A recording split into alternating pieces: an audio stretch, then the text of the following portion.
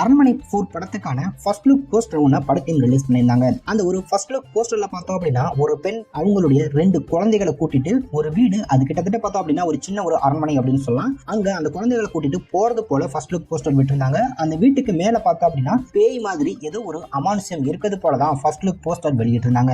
அதை உறுதிப்படுத்துற வகையில தான் வந்திருக்கக்கூடிய ட்ரெய்லர் அமைஞ்சிருக்கு அப்படின்னு சொல்லலாம். தமன்னா இந்த ஒரு வீட்டுல அவங்களுடைய கணவர், குழந்தைகள் அப்படின்னு அமைதியான ஒரு வாழ்க்கை வாழ்ந்துட்டு இருக்காங்க. அவங்க கூட சேர்ந்து இந்த வீட்டுல பார்த்தா அப்படின்னா ஏதோ பேய் சம்பந்தப்பட்ட ஒரு அமானுஷ்யமான விஷயம் இந்த வீட்டுல இருக்கு. தமன்னா அவங்களுடைய கணவர் வாக்கிங் போகும்போது நெஞ்சு வலி காரணமா மாரடைப்பு வந்து மூச்சு திணறி இறந்து போயிட்டாரு அப்படின்னு ஒரு டைலாக் வச்சிருப்பாங்க. அந்த ஒரு துக்கம் தாங்காம தான் மனைவியான தமன்னா பார்த்தா அப்படின்னா தூக்குல தொங்கிட்டாங்க அப்படின்னு சில பேர் பேசிக்கிறாங்க. அது மட்டும் இல்ல, கணவன் மனைவி இவங்களுக்குள்ள ஏற்பட்ட பிரச்சனைகள் காரணமா தான் 2 பேருமே இப்படி இறந்து போயிட்டாங்க அப்படின்னு கூட சொல்லியிருப்பாங்க.